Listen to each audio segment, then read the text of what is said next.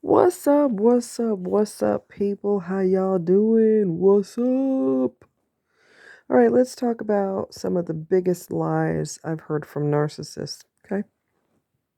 Are you ready? Okay. It just wears me out. So, I was told I'm dying of cancer.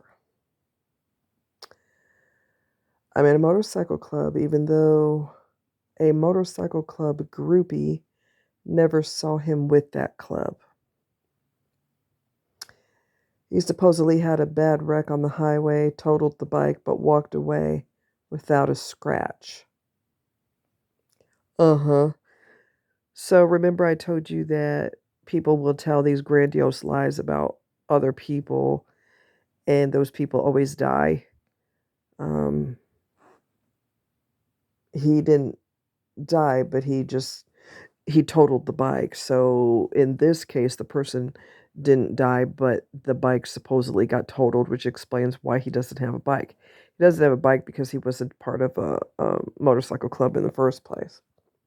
Anyway, um, yeah, it claims he was going down the highway at 70 miles an hour and got knocked off the bike somehow, and he walked away without a scratch. You're right, but the bike got totaled, but he was fine. Uh huh. I was also told by the same individual I got excuse me, I got a 13-year-old mafia man's daughter pregnant and they were going to buy us a $300,000 house. He was also bragging about how he and this 13-year-old wanted to have a child together. This is absolutely ridiculous. If he had gotten a mafia man's daughter pregnant, I can assure you he would be buried in concrete right now. Okay? All right. The so called mother and the imaginary daughter died. Again, people that could verify whether this is true or not always mysteriously die. Never fails, okay? The imaginary daughter died in August, so I was told by this person I might have a hard time that day emotionally. He didn't act any differently that day or any other day, because it's a lie. Two narcs were supposedly quotation marks in the mafia. One said she was next in line to be in control because she got knocked up by a mafia man. Now, if that were true, women would get pregnant by mafia men all the time so they could compete for power. Absolutely insane. I'm taking you to a boat race at the Lake of the Ozarks, which never happened. Okay, I was never taken to this boat race. I was future faked, which a lot of people do get future faked. And the person asked me, this was a long time ago, back in the 90s, the person asked me, how do you feel about moving to Puerto Rico? I'm going to get a civilian job there. The individual was in the military at the time. That never happened. Okay. He was also, oh, was also told by the same person that his ex-girlfriend is stalking him and will not leave him alone. And at that point, I had told him, file a police report. You know what I mean? If she's bugging the hell out of you, change your phone number, file a police report. His coworker told me that he was all over her. He loved every minute of it. So hear him tell it, she she can't accept, leave me alone. One of his coworkers said, is that what he told you? I said, yep. She said, oh, honey, please. He's still very much involved with her. At the same time, he was future faking me. How do you feel about moving to Puerto Rico? Uh huh. Was told by the individual that I eventually married that he invests in stocks and bonds, gave the impression that he stays on top of his money. That was a lie. He's just as greedy and selfish with money as other narcissists that I have known. So it's not unheard of for people to portray this false image so that you could get this idea that, oh, the person's responsible financially. That's cool. Hmm. That's a lie. And when I asked him, I remember asking him many years later, I said, remember when we first started seeing each other? You told me that you'd like to invest in stocks and bonds. What happened to that? Well, you have to have the money to invest. Hmm. That's not what he mentioned when he was perpetrating that bullshit. Right. Okay. Gave the false impression that he was going to court me, this one particular person. That lasted only a few months. It might not even lasted that long. Excuse me, because the person he white knuckled his money, and he likes to get money from mommy and daddy. So it might have been only a month and a half that he took me out, to be quite honest with you. We went to the lake one weekend, and the reason he was desperate to go all the way back home is because he forgot that church was serving their free meal that same Sunday. He goes to Open Heart Baptist Church in Columbia, Missouri, and they have a free meal. I think it's the last Sunday, the first Sunday. I don't know, one of those Sundays. And excuse me, he had told them that he was going to be gone for the whole weekend, and I think he started kicking himself in his own ass because he realized, oh snap, they're having their free meal. I got to haul ass to get back there. Did he ever mention that that's the reason he wanted to haul ass to get back there? No. So he's lying by omission. Okay. And we had a massive fight that day because he gave the impression to me that he was going to be there the entire weekend. And he left first thing on Sunday. That is not the entire weekend. So we had a massive, massive fight. I can't stand selfish individuals. I can't stand that. I cannot stand that.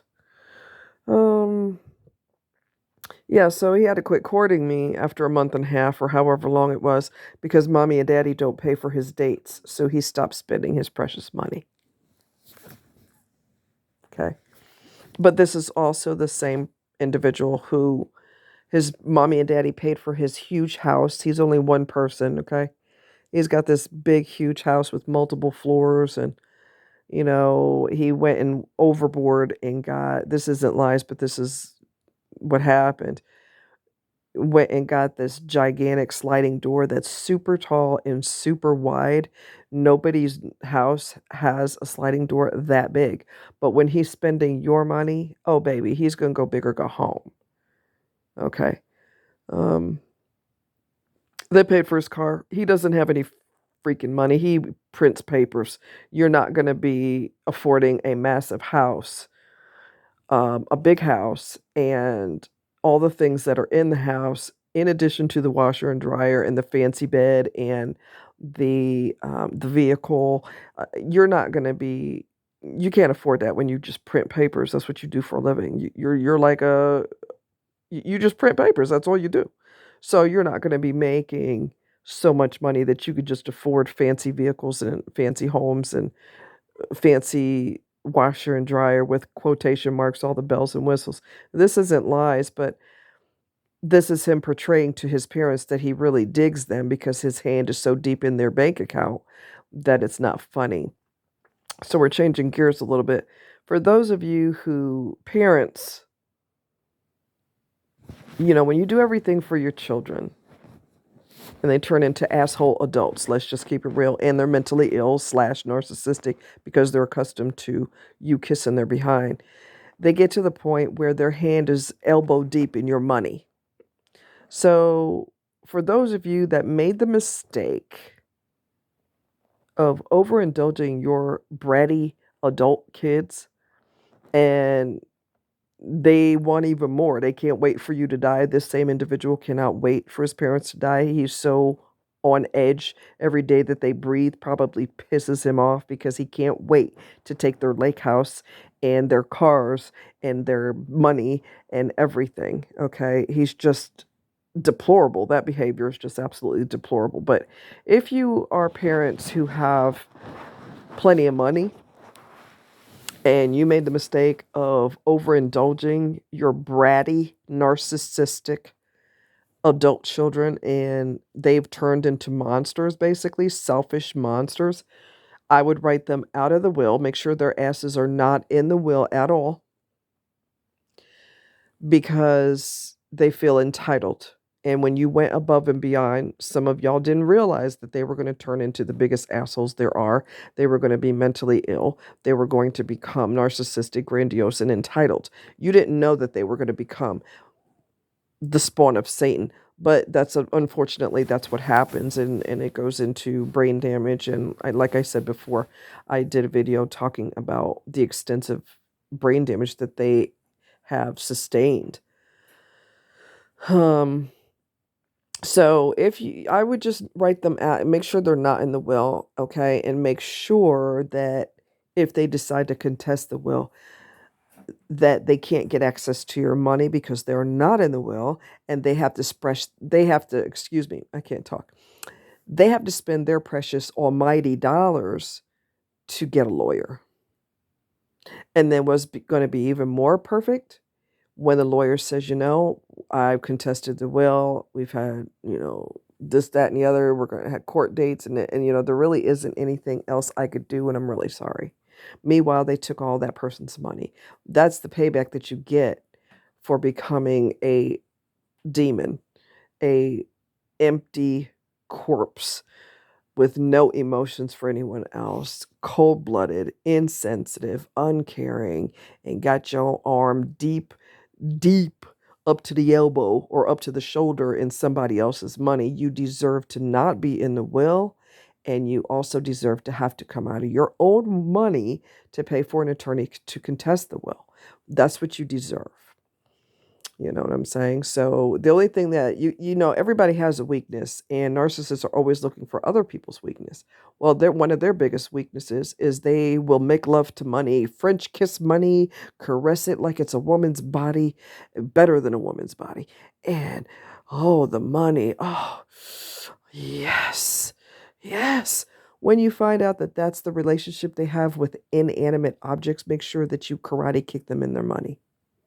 That's their biggest weakness. That's what you go for. You karate kick them in their money, bullseye, and you make sure that they cannot get any access to anything that you own. And then, what's even more pathetic is narcissists talk, and we've talked about this before. Narcissists talk about everyone like a dog. There is nobody, not one single person that doesn't get talked about like a dog, including this individual talks about the parents and said that they're not good people. Meanwhile, simultaneously has his paws out trying to get their money. More money and more money and more money and more money. He talked about Ralph, a guy at his church, Open Heart Baptist Church. He talked about Ralph like a dog. He's a member. Ralph is a member. And he said something, oh, people should dress up for church and this and that. I said, well, Ralph doesn't dress up. He dresses comfortable. He said, look at him. This coming from, like I said, talks about everybody like a dog. Nobody is exempt. This is the same individual that is so cheap that he will not buy nice clothes for church. He wears the same clothes every single Sunday, the same suit every single Sunday, but yet he's talking about somebody else. So we're switching gears a little bit. They're just, like I said before, they are these psychological terrorists. They are the cancer of society, psychological cancer of society. They are the absolute worst. They are right in line with sociopaths and psychopaths because they have absolutely no remorse whatsoever. They're not very different from sociopaths and psychopaths.